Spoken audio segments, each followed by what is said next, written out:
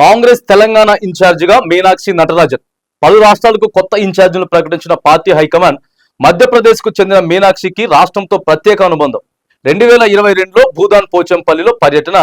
ఇక ఇన్ని రోజులు రాష్ట్ర వ్యవహారాల ఇన్ఛార్జ్ దీపాదాస్ మున్షి గారు ఉండే తెలంగాణకి. ఇక ఆ మేడంని మార్చిర్రు, కొత్త మేడం వేసిర్రు, మీనాక్షి నటరాజన్ అంట. కొన్ని రాష్ట్ర మధ్యప్రదేశ్కి కూడా మధ్యప్రదేశ్కు చెందినటువంటి మీనాక్షి నటరాజన్ గారిని తెలంగాణకి వేసిర్రు. ఇక ప్రధానంగా వీళ్ళు చేసేటటువంటి పని ఏంటంటే ఈడ తెలంగాణలో ఉన్నటువంటి రాష్ట్రంలో ఉన్నటువంటి నాయకులు ఎట్లా చేస్తా ఉన్నారు, ఎట్లా ముందుకు పోతా ఉన్నారు అనేది రాయబారాన్ని ఆడకు అందించాలి ఢిల్లీకి. ఇక మధ్యవర్తిత్వంగా వ్యవహరిస్తూ ఉంటారు.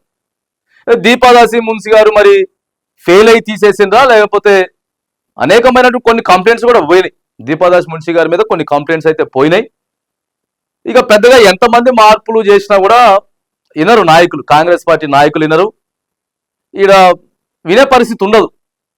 ఎందుకంటే అక్కడికి వెళ్ళి ఇక్కడికి వచ్చి మనం కష్టపడి పార్టీని గెలిపించుకుంటే ఇప్పుడు వీళ్ళేదో మనకి ఇన్ఛార్జీలకు వచ్చి చెప్తున్నారు అనేటటువంటి ధోరణే ఉంటుంది. ఇక ఏదో నామమాత్రంగా ఒకళ్ళు ఉండాలి కాబట్టి ఆడికి వెళ్ళి ఢిల్లీ నుంచి వెళ్ళి సో మళ్ళీ ఒకరిని నియమించేటటువంటి ప్రయత్నం కొత్తగా మేడం గారిని అయితే తీసుకొచ్చిర్రు. ఇక కాంగ్రెస్ తెలంగాణ కొత్త ఇన్ఛార్జిగా సీనియర్ నేత మీనాక్షి నటరాజన్ ను పార్టీ హైకమాండ్ నియమించింది. ప్రస్తుత ఇన్ఛార్జ్ దీపాదాస్ మున్షి స్థానంలో మీనాక్షి బాధ్యతలు చేపట్టనున్నారు. ఏఐసిసి ప్రెసిడెంట్ మల్లికార్జున ఖర్గే శుక్రవారం రాత్రి 9 రాష్ట్రాలకు కొత్త ఇన్ఛార్జీలను నియమించారు. ఈ మేరకు పార్టీ జనరల్ సెక్రటరీ సంస్థాగత కేసీ వేణుగోపాల్ ఒక ప్రకటన రిలీజ్ చేశారు. జార్ఖండ్ రాష్ట్ర ఇన్ఛార్జిగా కె రాజుకు బాధ్యతలు అప్పగించింది. త్వరలో ఎన్నికలు జరగనున్న బీహార్ రాష్ట్ర ఇన్ఛార్జిగా పార్టీ సీనియర్ నేత కృష్ణ ఆళ్లవారును నియమించారు. హిమాచల్ ప్రదేశ్ కు ఇక చండీగఢ్ కు కొన్ని రాష్ట్రాలకు అయితే మార్చిరట.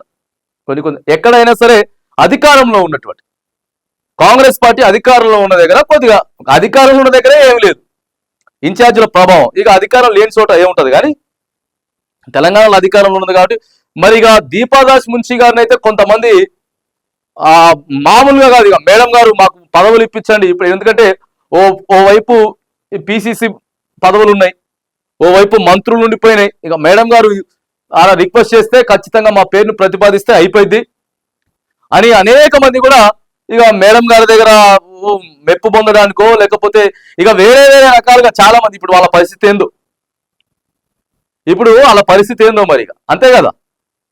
ఇంకేంది మేడం మొత్తం ఇన్ఛార్జు ఆడ రాహుల్ గాంధీ గారికి, సోనియా గాంధీ గారికి, మల్లికార్జున ఖర్గే గారికి ఏం చెప్తే అదే అయిపోతుంది, పోస్ట్ వచ్చేస్తుందని చెప్పి మరి కొంతమంది మేడం గారికి మరి ఇక ఇంటర్నల్ గా ఏం జరిగినాయో ఏమో విషయాలు తెలియదు, కానీ మరి ఇప్పుడు వాళ్ళంతా నష్టపోయేటటువంటి పరిస్థితి అయితే ఉంటుంది. సో అందుకే మీరు చేసేటటువంటి పని చిత్తశుద్ధి మీద మీరు ప్రజలకి ఎంత మేరకు సేవ చేస్తా ఉన్నారు అనేటటువంటి విషయాలే మెయిన్ గా ఉంటాయి. కానీ నేను మేడం గారిని పట్టుకొని రికమెండేషన్ చేసుకుంటా, ఆ సార్ని పట్టుకొని రికమెండేషన్ చేసుకుంటా అంటే ఇవాళ ఏమైపోయింది, ఇన్ఛార్జిని డైరెక్ట్ మార్చేశారు. అంటే ఢిల్లీలో నిర్ణయం తీసుకుంటే ఇక్కడ తెలంగాణలో జరగాల్సిందే. ఎప్పుడు ఏ నిర్ణయం తీసుకుంటారో తెలియదు, ఎవరినైనా మారవచ్చు అండి. ఇలా ముఖ్యమంత్రి రేవంత్ రెడ్డి గారిని సార్ మీరు ఈ డేట్ వరకే కట్ ఆఫ్, మీరు దిగిపోవాలి, వేరే మేము నిర్ణయిస్తామంటే అంతే, ఫైనల్ అది. సో భవిష్యత్ అంతా కూడా అక్కడ ఢిల్లీలో రాసి పెట్టుంటది.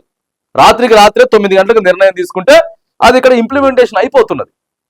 ఇగో ఎట్లుంటది ఇక్కడ ఉన్న ప్రస్తుతం తెలంగాణలో పరిపాలన ఢిల్లీ చేతుల్లో ఉంటది. ఇక ఇన్ఛార్జీల ప్రభావం అయితే పెద్దగా ఇంకొకరిని మార్చినా ఉన్నటువంటి కాంగ్రెస్ పార్టీ నాయకులు అయితే వినరు. వాళ్ళ ఎవరి ధోరణి వాళ్ళకే ఉంటది కాబట్టి ఆడికెళ్ళి వచ్చి మరి మన మీద ఏంది ఇది అనేటటువంటి ధోరణి ఉంటది. సో ఏది ఏమైనా కానీ వెల్కమ్ చెప్తా ఉన్నాం మేడం గారికి. తెలంగాణ రాష్ట్ర కొత్త కాంగ్రెస్ పార్టీకి ఇన్ఛార్జిగా వస్తున్నటువంటి మేడం గారికి అయితే మనం వెల్కమ్ చెప్తా ఉన్నాం. కొన్ని మార్పులు చేర్పులు చేయండి, పరిపాలన గాడిలో పెట్టే విధంగా మరి మీరంతా కూడా సమావేశం ఏర్పాటు చేసుకొని మీరు వచ్చిన తర్వాత కూడా కొన్ని మార్పులు జరగాలని చెప్పేసి కూడా మేడం గారికి మనం కూడా వెల్కమ్ చెప్తా ఉన్నాం.